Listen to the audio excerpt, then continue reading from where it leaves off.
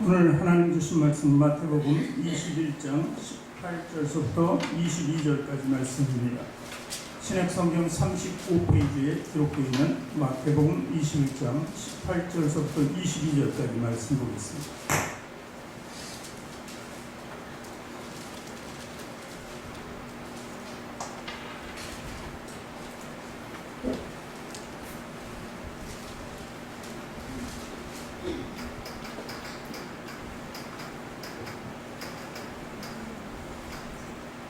우리 찾으셨으면 한 목소리로 18절부터 22절까지 같이 읽습니다. 이른 아침에 성으로 들어오실 때 시장하신지라 길가에서 한 무화과 나무를 보시고 그리로 가사 잎사귀밖에 아무것도 찾지 못하시고 나무에게 이르시되 이제부터 영원토록 내가 열매를 맺지 못하리라 하시니 무화과 나무가 곧 마른지라. 제자들이 보고 이상히 여겨 가로되 무화과 나무가 어찌하여 곧 말랐나이까? 예수께서 대답하여 이르시되 내가 진실로 너희에게 이르노니 만일 너희가 믿음이 있고 의심하지 아니하면 이 무화과 나무에게 된 이런 일만 할 뿐 아니라 이 산더러 들려 바다에 던지라 하여도 될 것이요 너희가 기도할 때 무엇이든지 믿고 구하는 것은 다 받으리라 하시니라. 아멘. 두 손을 가슴에 얹고 저를 따라 고백하시기 바랍니다. 하나님께서는 나를 사랑하신다. 하나님께서는 나를 존귀하게 여기신다.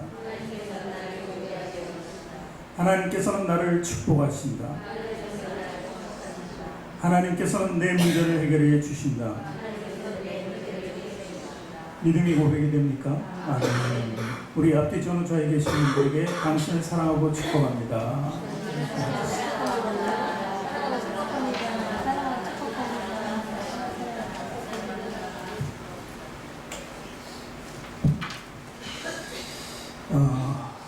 무화과 나무, 열매 없는 무화과 나무라는 제목으로 오늘 은혜를 나눌까 합니다. 무화과 지금 제철이죠. 좀 지나가나요?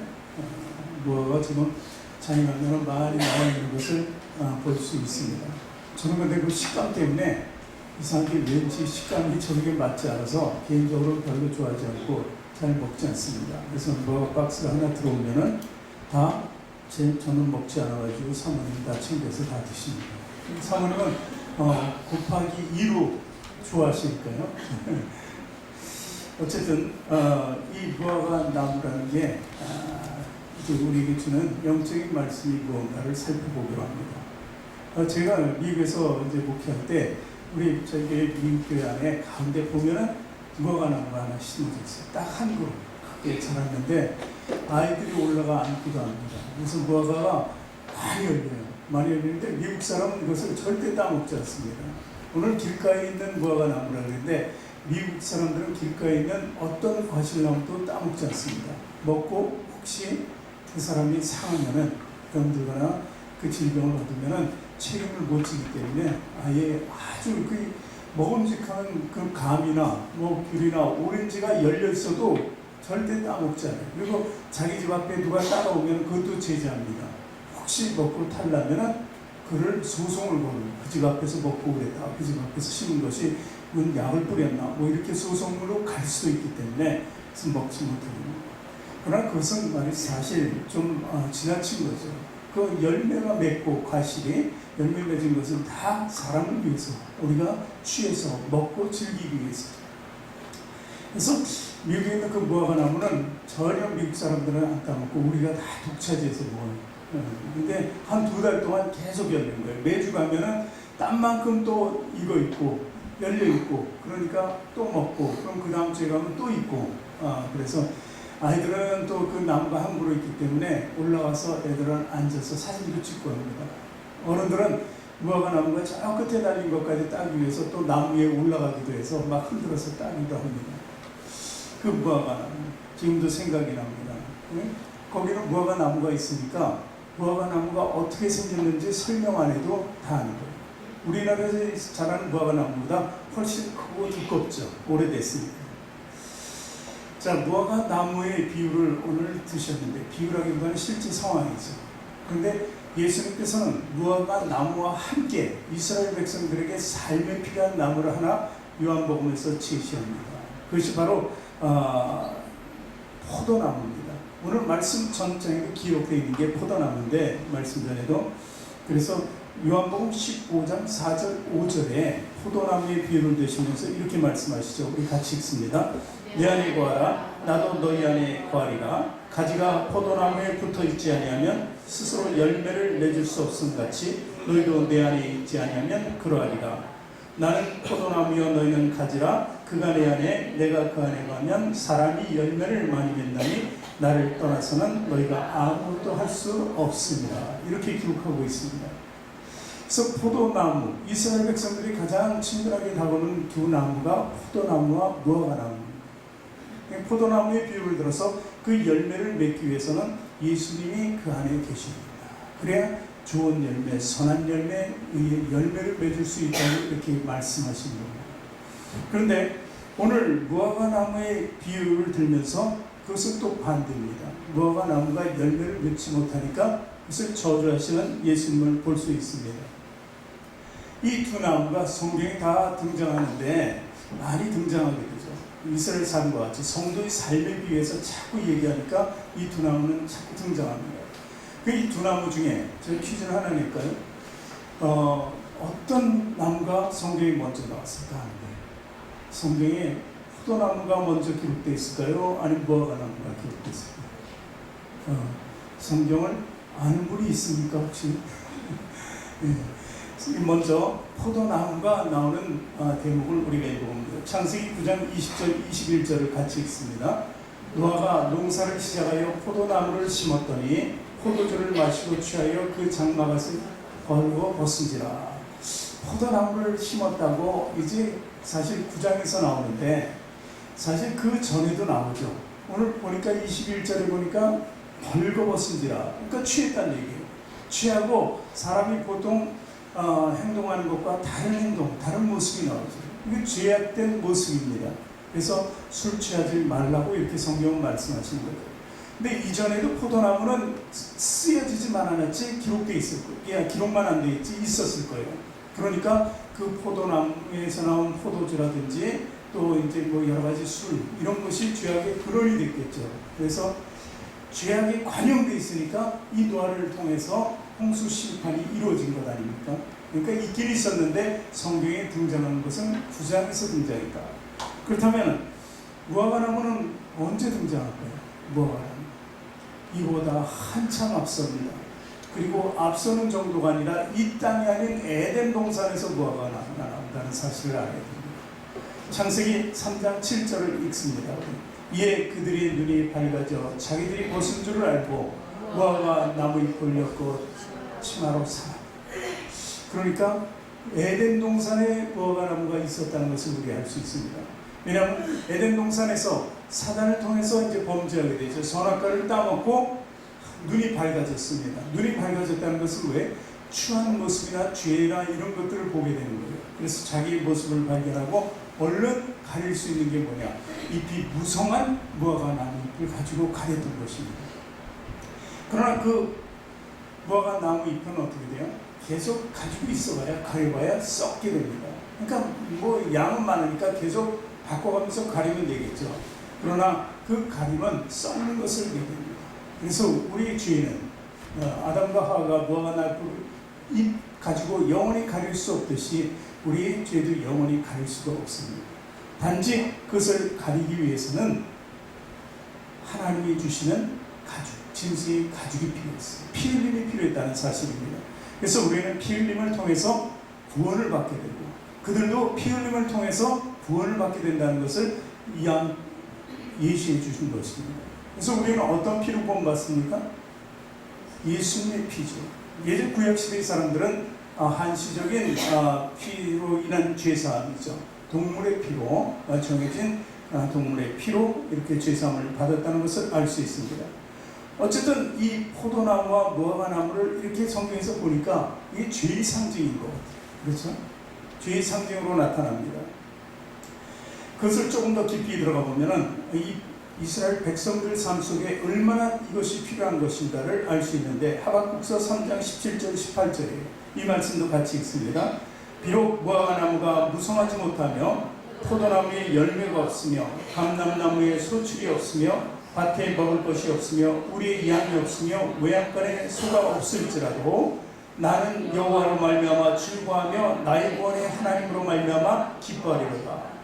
그러니까 17절에 나오는 무화과나무, 포도나무는 사람이 원하는 거예요. 사람. 육적인 삶을 위해서 필요한 것이라는 거예요. 근데 하박국 선지자는 그것이 필요한 것은 당연하지만 그것이 없어도 기뻐하며 살 수 있는 길인데 그것은 바로 영적인 구원이라는 겁니다. 그러니까 포도나무와 그 무화과나무가 반드시 우리 삶의 육에는 필요한 것인데 영적으로는 그것이 필요한 것이 아니다. 어떻게 보면요, 이 육적으로 필요한 것 때문에 우리는 모든 죄를 범합니다. 죄의 근원은 육적인 것을 탐하는 데 있다는 것이죠. 그렇기 때문에 이 죄의 상징이 되는 두 나무를 우리가 보게 되는 것입니다. 그래서 포도나무도 우리가 포도나무를 열매를 맺을 수 없다는 것은, 왜냐하면 그 열매는 아무리 맺어도 쓸모없는 열매, 썩어버려서 버릴 수밖에 없는, 못 먹을 열매. 그런데 예수님께서 우리 안에 들어와서 우리를 변화시키면은 우리는 이제 그제야 정말 삶의 열매, 온전한 열매를 맺을 수 있게 된다는 것을 얘기합니다. 오늘 무화과나무도 역시 마찬가지입니다. 무화과나무가 열매가 없다는 것 자체는 무화과나무가 쓸모없게 된다는 것을 이야기하는 것입니다. 그 말씀에 대해서 좀 더 깊이 들어가고자 합니다. 한 절 한 절 우리 보면서 오늘 은혜를 받기 원합니다. 21장 18절에 같이 읽습니다. 이른 아침에 성으로 들어오실 때 시장하신지라, 이렇게 기록이 되어 있습니다. 자, 시장하시다. 예수님은 뭐예요? 배고픈 것을 느꼈습니다. 예전에는 목사님들은 우리 한 40-50년째 목사님 화장실도 안 가고 목욕도 이런 거 모두 못할 것, 안 할 것 같다, 이렇게 거룩하게 보았습니다. 그럼 예수님도 사실 아무것도 안 드셔도 충분히 사실 뿐이다, 이렇게 거룩하신 분이니까 볼 수 있죠. 그런데 오늘 이 말씀 한마디를 통해서 예수님은 이 땅에 육신의 옷을 입고 오신 것을 말씀합니다. 우리와 똑같은 성경을 가졌어요. 슬퍼할 때는 슬퍼하시고 또 화를 내실 때는 화를 내셨어요. 불쌍한 우리 인류를 위해서 눈물을 흘리신 적도 있습니다. 예루살렘 성을 향해서 눈물을 흘리신 적이 있어요. 그리고 또한 화를 낼 때는 저 바리새인과 서기관들, 외식적인 사람들을 향해서 그들을 화내시면서 그들을 징계하시고 그들을 저주하시기까지도 하셨던 예수님을 볼 수 있습니다. 그 성경은 우리와 똑같다는 것을 이야기합니다. 예수님은 한 분 하나님이시지만 이 땅에 오셔서 우리와 똑같은 인생을 맛보셨다. 언제까지? 죽기까지, 죽음의 고통까지. 가난한 자들과 함께, 소외된 자들과 함께, 병든 자들과 함께 있었기 때문에 우리 모든 사람의 인적인 고통도 다 함께 겪으셨다는 것입니다. 신으로 겪으신 것이 아니라 사람으로 겪으셨다는 것입니다. 그래서 인자라고 얘기합니다. 사람의 아들로서. 그래서 예수님은 우리와 똑같은 성령을 가지고 죽기까지 하셨다. 죽음을 이제 맛보신 분은 어떻게 죽음에 대해서는 우리에게는 한참 선배가 되는 거죠. 우리는 죽기까지는 아직 도달하지 않았으니까. 그러니까 모든 고통을 다 당하신 예수님을 보여주는 단편적인 말씀이 바로 시장하신지라라는 말씀입니다. 자, 그래서 어떻게 봐요? 21장 19절, 길가에서 한 무화과나무를 보셨다. 미국에서는 안 먹는다고 그랬죠? 먹지도 못하게 한다고 그랬죠? 근데 그건 지금은 공예가 있고 약을 쓰지만 당시에는 무화과나무 열매가 길가에 있다는 것은 지나간 사람들에게 휴식처, 무화과나무 잎이 무성해지면요 휴식처가 됩니다. 그래서 사람들이 거기에 앉아서 그늘에서 쉬기도 하는 안식처가 될 수도 있죠. 그리고 또 열매를 맺게 해서 시장길을 완전히 채울 수는 없지만, 배부르게 할 수는 없지만 그걸 좀 채워주는 그런 역할을 했던 것이 바로 길가의 무화과나무였습니다.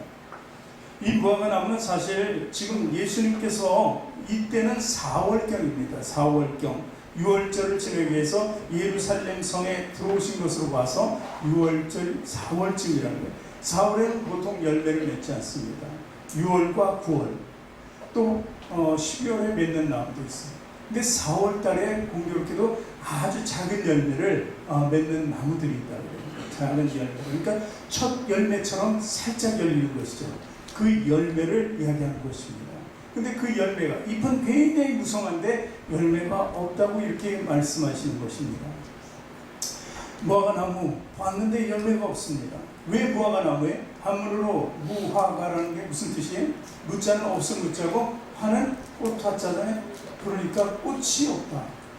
꽃이 피기도 전에 열매가 먼저 맺어버리는 것이죠. 그래서 꽃이 없는 나무다 이렇게 보는 거예요. 그러니까 뭔가 부족한 것을 얘기할 수 있게 되겠죠. 그러니까 꽃이 없다는 얘기는 뭐예요? 쓸모가 있으려면 꽃은 없었어도 관상은 안 돼도 먹을 수 있는 열매는 있어야 될 것 아니냐 하는 것이 바로 무화과 나무인 것입니다. 우리 19절을 또 한번 읽습니다. 길가에서 한 무화과 나무를 보시고 그리로 가사 잎사귀밖에 아무것도 찾지 못하시고 남에게 이르시되 이제부터 영원토록 내가 열매를 맺지 못하리라 하시니 무화과 나무가 곧 말랐다. 그 작은 열매라도 맺어야 됩니다. 첫 열매들이 맺어야 되는데 열매가 없다는 이야기입니다. 우린 이 첫 열매, 그 작은 열매라도 굉장히 소중하고 귀한 것을 성경에서 찾아볼 수 있는데 그것은 바로 예수님입니다. 예수님은 부활의 첫 열매가 되셨다는 사실입니다. 그 부활의 첫 열매가 되었다는 것이 바로 그리스도인이 된다는 거예요. 우리가 그리스도인이 된다는 것은 우리도 부활의 열매가 된다는 것을 이야기합니다. 그래서 제자들에게도 그리스도인들에게도 모두가 첫 열매가 되기를 원했어요. 너희가 첫 열매라는 것은 우리를 통해서 하나님이 일하신다는 거예요. 우리가 첫 번째이기 때문에 우리를 통해서 두 번째, 세 번째 계속 열릴 것을 얘기하는 거예요. 4월이 아니라 6월도 열리고 9월도 열리고 12월에도 열릴 수 있도록 예수님은 이렇게 무화과나무를 보신 것입니다. 이스라엘 백성이 출애굽했잖아요. 노예와 종살이로 거기서 430년 동안 있었는데 그들이 출애굽한 사실이 뭐예요? 왜 하나님께서 그들을 구원하셨을까? 바로 첫 열매가 되겠어요. 모든 인류 중에서 이스라엘 백성을 택해서 그들이 열매가 되고 본이 되기 위해서 주님께서는 출애굽을 그들에게 주신 것입니다. 그렇기 때문에 이 열매라는 것은 상당히 우리에게 중요하게 다가오는 영적인 요소라는 것입니다. 우리는 열매를 많이 맺습니다. 예수 믿고 나서 우리에게 나타나는 증상들, 그 은혜들, 그런 것들이 바로 열매라고 합니다. 첫 번째 예수 믿었을 때 우리에게 나타나는 열매를 회개에 합당한 열매. 그 열매가 없으면 다른 열매로 나갈 수가 없어요. 첫 번째로 회개의 열매를 맺을 수 있을 때 다른 열매로 나갈 수가 있게 되는 거예요. 그러면 이제 회개를 통해서 우리가 하나님 믿는 성도가 되면 이제 우리에게 한 은사들이 주어지게 되고 은사들을 통해서 열매 맺음이 주어집니다. 그래서 성령의 열매 9가지가 등장하죠. 또한 빛의 열매를 통해서 많은 사람들에게 구제할 수 있는 열매를 더 맺게 합니다. 의와 평강의 열매를 맺어서 어떤 어려움 속에서도 죄에 빠져들지 않고 죄를 지키며 마음의 평안을 유지할 수 있는 성도가 됩니다. 또 입술의 열매를 통해서 많은 사람들에게 우린 첫 열매고 두 번, 세 번, 네 번, 다섯 번째 계속 열매를 맺어가는 것입니다. 그리고 화평케 하는 열매, 이런 열매들이 계속 우리에게 주어집니다. 근데 첫 번째는 뭐라고요? 회개의 열매가 있어야 한다는 사실입니다. 믿음이 있으면요, 믿음 안에서, 그 다음에 우리가 보는 게 믿음이거든요. 오늘 말씀에서 믿음 안에서 이런 열매는 계속 풍성해진다는 것을 얘기하는 것입니다. 근데 문제는 우리가 은혜 받고 교회를 다닌다 해서 우리가 마치 공풍선처럼 한번 커진 거예요. 실제로 열매를 맺는 삶에는 별로 신경 쓰지 않고 그냥 내 자체에 주어진 삶이 변하기로 합니다. 어떤 삶이? 영적인 삶, 육적인 삶이 변하기로 합니다. 예를 들어서 병든 자가 치유받고, 그리고 물질에 정말 어려움을 겪는 자가 물질의 축복을 받고, 그리고 자녀도 마찬가지, 모든 것이 축복으로 이루어지는 그런 잘못된 영적인 시각을 가지고 있다는 사실입니다. 그것은 열매가 아니라 자기를 망치는 탐욕 덩어리입니다. 그래서 열매와 탐욕을 우리는 잘 구분할 수 있어야 된다는 거예요. 기독교의 신앙은요, 열매 맺음이 어디서 나타나냐면 내가 잘하는 것, 내가 성공적인 삶을 사는 것에서 나타나는 것이 아니에요. 어디서 나타나냐? 환난과 핍박과 어려움 속에서 열매가 맺어지는 거예요. 그것이 우리에게 열매를 맺게 하는 거예요. 그것을 다 이겨낼 수 있을 때, 그것을 통해서 우리가 더 기도하고 하나님께 나아가고, 그리고 모든 것을 하나님께 맡기고 나를 낮출 때 열매가 맺어지는 거예요. 그 열매가 바로 기독교의 꽃이라는 거예요. 그래서 많은 초기 그리스도인들이 순교했잖아요. 많은 사람들이 죽임을 당했습니다. 그것을 바로 열매라고 합니다. 꽃이라고 합니다. 제자들 12제자를 세웠잖아요. 마지막까지 한 사람 더해서 유다를 빼고. 그러나 그 12제자 중에 11명은 다 순교했습니다. 그들이 열매가 된 거예요. 이 순교했지만, 죽었지만, 비참하게 됐지만, 처참했지만 그들의 삶에 하나도 남은 것이 없이 다른 사람들 볼 때는 고난과 환난과 핍박뿐이었지만 그것이 바로 열매였다는 사실입니다. 그러니까 우리가 이 땅에 살아가는 동안에 우리에게 주는 고난이 바로 열매 맺는 놀라운 은혜의 상황이라는 것을 깨달아야 돼요. 평온할 때는 열매가 주어지지 않습니다. 오히려 평온할 때는 그 열매를 잊어버려요. 그리고 그 열매된 자기 자신도 잊어버리게 된다는 사실입니다. 오늘 무화과나무는 꽃이 없다고 그랬잖아요. 꽃도 없고 열매가 없으면 이게 무슨 소용이 있겠습니까? 그러니까 예수님께서는 꽃도 없고 열매도 없는 그 나무를 저주하실 수밖에 없는 것입니다. 그 나무가 마지막 가야 할 길은 이렇게 말라 죽어버릴 수밖에 없다는 사실을 이야기하는 것입니다. 우리는 영적 구원의 가치를 알아야 돼요. 그래서 영적 구원의 가치를 통해서 어떤 열매를 맺어야 되는 것을 알아요. 그래서 우리가 잘못된 외식적인 믿음, 그 거짓된 믿음을 통해서 하늘나라를 갈 수 있는 길이 있다는 상식을 깨버려요. 그 지식을 깨버려요. 전혀 안 된다는 것입니다. 우리는 꽃을 얻고 열매를 맺지 못하면 무용지물이 된다는 사실을 오늘 말씀을 통해서 알아야 된다는 거예요. 열매가 없으면 자기가 믿음을 가졌다고 하나 결국 떨어져서 썩어질 수밖에 없는 낙오자가 된다는 거예요. 믿음의 낙오자가 된다는 거예요. 예를 들어서 우리가 하나님 믿고 의지한다고 그러지만 성경은 교회에 있고 집에는 없어요. 교회는 일주일에 한 번 나오고 딱 1시간 정도 예배드리는데 그 성경도 앞에 화면 보니까 성경이 전혀 필요가 없습니다. 그 성경이 읽지 않습니다. 그것이 믿음입니다. 그 믿음의 낙오자가 될 수밖에 없다는 거예요. 바쁘죠. 사실 읽다가 잠들어도 한 페이지를 읽다가 잠들어도 아니 머리에 비고 자더라도 그 성경이 우리가 같이 있기를 원하는 것입니다. 이것이 바로 믿음입니다. 또 기도 생활을 중단할 때가 많아요. 정말 힘들고 어려울 때는 기도하다가 평안히 할 때는 기도를 쉬는 거예요. 그것도 문제가 돼요. 이것이 바로 낙오자의 모습이라는 거예요. 그리고 전도하는 것도 게을리하는 거예요. 오늘 만난 사람을 충분히 전도할 수 있는데도 괜히 말 꺼냈다가 아유 다른 얘기나 하지, 좋은 얘기나 하지, 말 꺼냈다가 안 좋은 상황 맞게 되면 은혜가 안 되지. 본인이 스스로 은혜 안 된다. 이것도 문제라는 것입니다. 그리고 모든 일에 비판적인 사람, 다른 사람들을 비판적인 눈으로 보고 자기가 잘하는 것을 남들이 못할 때는 더 비판적으로 보는 이런 시각들이 바로 믿음의 낙오자. 믿음을 가진 사람은 세워줄 줄 알아야 된다는 것입니다. 믿음의 낙오자들은 예배에 참석하는 것을 조금 꺼려합니다. 가기는 가되 조금 늦게 가지 않나. 이렇게 또 믿음의 낙오자들은 또 예배 시간에 결국 딴짓하게 되는 것이 바로 믿음의 낙오자라는 것입니다. 자, 오늘 또 말씀 뒷절을 봅니다. 21장 20절 제자들이 보고 이상히 여겨 가로되 무화과 나무가 어찌하여 곧 말랐나이까. 이런 현상을 어떻게 볼 수 있습니까? 갑자기 이 무성한 푸른 나무가 갑자기 이게 찰나예요. 사실 그렇잖아요. 예수님이 이게 저주하시고 나서 저주한 대로 되나 안 되나 보자. 그리고 하루 이틀 3일을 제자들하고 있었던 것이 아니에요. 지나가는 길이잖아요. 지나가는 길에 저주했는데 뒤따라오는 제자가 보니까 금방 말라버린 것을 봤습니다. 어떻게 이런 현상이 일어날 수 있나?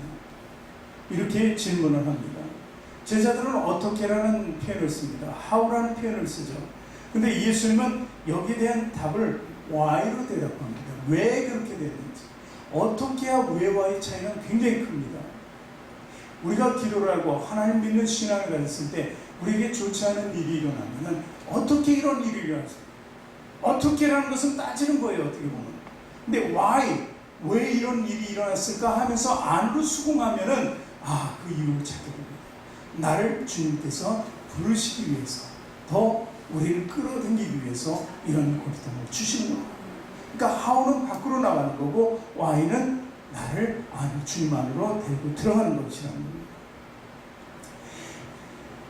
우리는요, 이 상황을 잘 판단해야 돼요. how만 가지고 나면은 우리는 결국 무용지물이 되는 거예요. 무화과나무, 이 저주받은 무화과나무, 열매 없는 나무와 같이 된다는 사실을 인식해야 됩니다.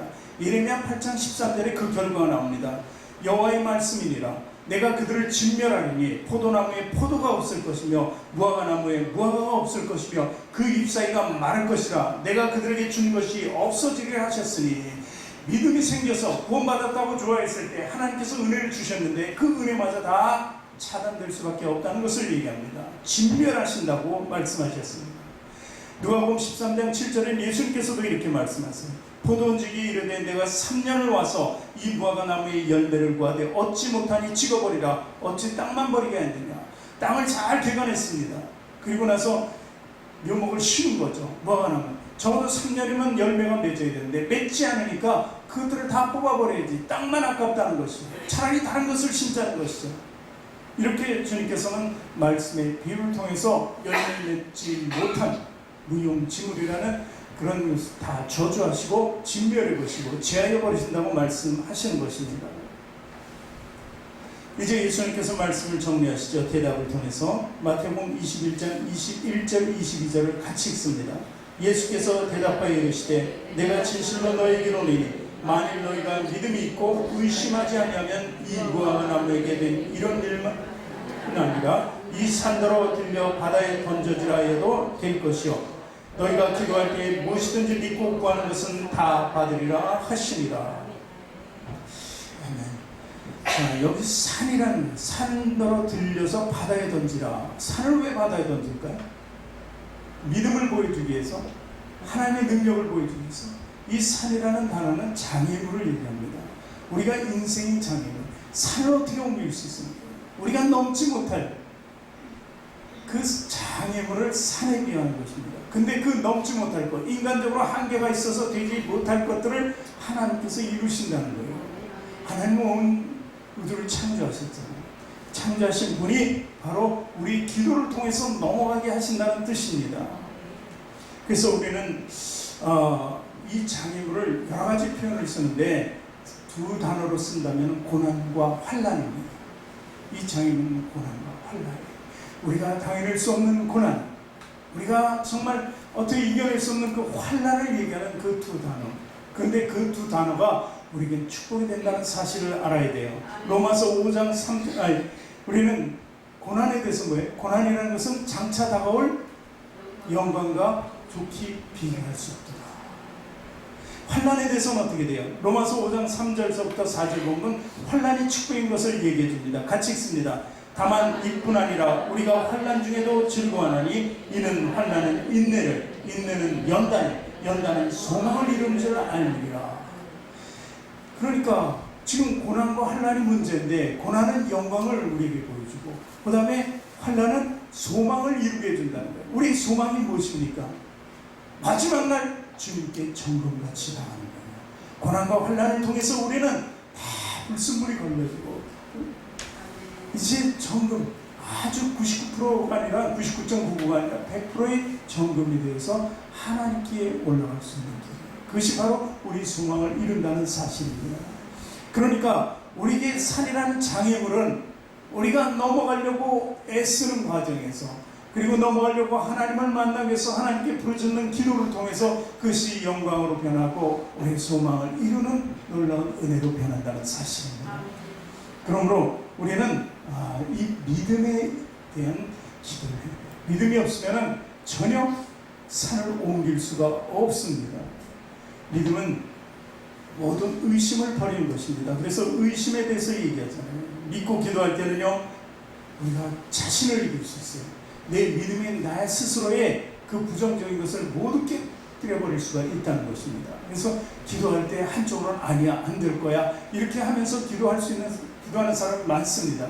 그게 정상적이에요. 믿음이 있는 사람은 그 프로테이지가 약하거나 없어지거나 믿음이 좀 아직 결여된 사람들은 안 될 거라는 게 더 비중이 높을 수도 있다는 거예요. 그래서 기도하는 방법 중에서 우리가 우리 스스로를 이기지 못하는 기도는 참으로 하나님께 드리기가 어려운 거예요. 그러나 계속 열심히 하나님께 간구하고 그것이 진심으로 그리고 전심으로 간절하게 기도하게 되면 어떻게 돼? 자기 자신을 이기게 된다는 거예요. 자기 자신을 이기게 되면 사단도 마귀도 따라서 이기는 거예요.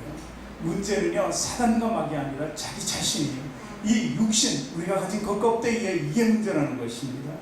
그래서 이길 수 있을 때 승리하면 그 승리는 하나님께서 우리에게 주시는 큰 선물이 된다는 것입니다. 그래서 야고보서 1장 6절 7절 보면은 의심하지 말고 기도하기를 원해요. 같이 읽습니다. 오직 믿음으로 구하고 조금도 의심하지 말라. 의심하는 자는 마치 바람에 밀려 요동하는 바닷물결 같다. 이렇게 의심해서는 안 돼요. 그리고 이어서 뭐라 그래? 이런 사람은 무엇이든지 주께 얻기를 생각하지 말라. 이렇게 단언적으로 야고보가 이야기하는 것입니다. 베드로가 예수님이 물 위로 걸어오신 것을 봤어요. 깜짝 놀랐어요. 아, 예수님이 하신다면 나도 예수님께서 할 수 있도록 해주시겠다. 그 믿음이 생겼어요. 열정이. 베드로는 열정이 강한 사람이잖아요. 나도 물 위를 걷게 해달라고 주님께 부탁합니다. 그러니까 주님이 허락하시죠. 그래, 걸어가라. 배짱이 있으니까 걷는 거예요. 주님께서 걸어오라 그래도 배짱이 없으면 못 걸어요. 근데 그 배짱은 어디서 났습니까? 믿음이 있으니까 걷는 거예요. 주님 보는 것처럼 자신도 자기 걷는 것을 보게 됩니다. 그런데 금방 빠지게 되죠. 왜 그랬을까요? 바람이 부니까 의심하게 됩니다. 바람은 사단이에요. 의심은 내 안에서 역사하는 죄라는 것입니다. 그러니까 이렇게 됐을 때 믿음이 있을 때와 없을 때를 완벽하게 우리는 베드로의 그 잠깐의 모습을 통해서 볼 수 있게 되는 거예요. 그러니까 이런 사람은 무엇이든지 주께 얻기를 생각도 하지 말라. 이렇게 얘기하는 거예요. 분명히 구해서 얻었어요. 그래서 능력을 가지고 걸을 수 있었는데 의심하니까 그대로 모든 것이 다 사라져버리고 물에 빠지게 됐다는 것입니다. 또 8절 말씀 보니까 7절에 이어서 8절 말씀 보니까 두 마음을 품어 모든 일에 정함이 없는 자다. 이렇게 기록합니다. 두 마음을 품는다는 것, 제가 얘기했잖아요. 프로테이지가 어디로 가느냐가 중요해요. 이미 1%라도 있다는 것은 두 마음이 생겼다는 것을 얘기합니다. 내가 없을 수는 없어요. 사실 이 기도야 그렇지 않아요? 우리가 처음에는 기도를 정말 믿고 기도하는데 날이 갈수록 조금 의심의 여지가 생겨요. 그래가지고 한 40일 정도 하면은 모든 것이 해결되는 것이 성경에 기록된 것인데 어떻게 보면 예수님이 40일 기도했잖아요. 그런데 40일이 지났는데도 응답이 없으면 이제 그때부터 의심이 들어오고 그러면서 어떻게 돼? 그 프로테이지가 높아집니다. 이 불완전한 형태의 기도가 되면서 그 기도는 이제 하나님께로 떨어져 나간다는 것입니다. 다니엘처럼 21일 계속 기도하든지 그리고 예수님처럼 40일 기도하든지 그리고 더한 기도를 하도 우리는 하나님만 함께 하신다는 것을 알고 계속 기도해야 된다는 것입니다. 다니엘이 기도했을 때는 환상을 보고 답을 얻었어요. 근데 예수님이 40일 광야 금식 기도의 답은 뭐였어요? 사단이 바로 나타났잖아요. 마귀가 나타나서 세 가지 시험과 욕을 줘요. 그게 더 견디기 힘들었을 거예요. 40일보다. 그런데도 하나님 말씀으로 물리치잖아요. 그러니까 하나님 말씀이 살아계신 것을 믿고 40일이 아니라 우리 끝없이 기도하는 사람이 되고 그것이 바로 승리하는 길이라는 것을 믿으시기 바랍니다. 요한복음 15장 7절에 보니까 너희가 내 안에 구하고 내 말이 너희 안에 구하면 무엇이든지 원하는 대로 구하라 그리하면 이루리라 이렇게 말씀하십니다. 중요한 것은 우리가 기도할 때 마태복음 6장 7절에 이런 말씀이 나와요. 마태복음 6장 7절 보니까 또 기도할 때 이방인과 같이 중언부언하지 말라. 그들은 말을 많이 하여야 들으실 줄 생각하느니라. 이렇게 기도합니다. 기도하다 보면 기도에 지쳐서 딴 얘기도 하고 중언부언 정말 한 30분 기도해야 되는데 30분 기도하다 보니까 했던 얘기만 한 30번 하는 것 같게 되고 이렇게 중언부언할 수 있어요. 꼭 시간을 30분, 1시간을 하라는 것은 아닙니다. 이 하나님과 영적 기도를 통하면 우리가 방언 기도도 할 수 있어요. 방언 기도하면 1시간도 2시간도 할 수 있죠. 옆에 사람 방해만 주지 않는다면 정말 혼자서 2시간, 3시간 할 수 있는 것이 방언 기도입니다. 하나님과 교제니까. 그런데 이 말로 기도하는 게 사실 어렵잖아요. 어떤 사람은요, 배운 게 많아서 그런지 지식 있는 기도를 쫙 아름다워의 기도를 들으면 참 저 사람 적어서 했나 이렇게 볼 정도로 참 기도를 잘 하시는 분들이 있어요.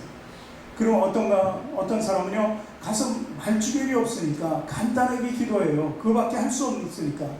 그렇지만 이 모든 것을 하나님 받으신다. 그 중심에 그게 영적인 살아있음이 있으면, 믿음이 있으면 하나님이 어떤 방식과 형식을 취하지 않고 다 받으신다는 것이 중요하다는 거예요. 그러므로 여러분, 내가 기도를 못해서 못한다는 것은 절대 답이 될 수 없습니다. 기도를 못하는 대로 하는 거예요.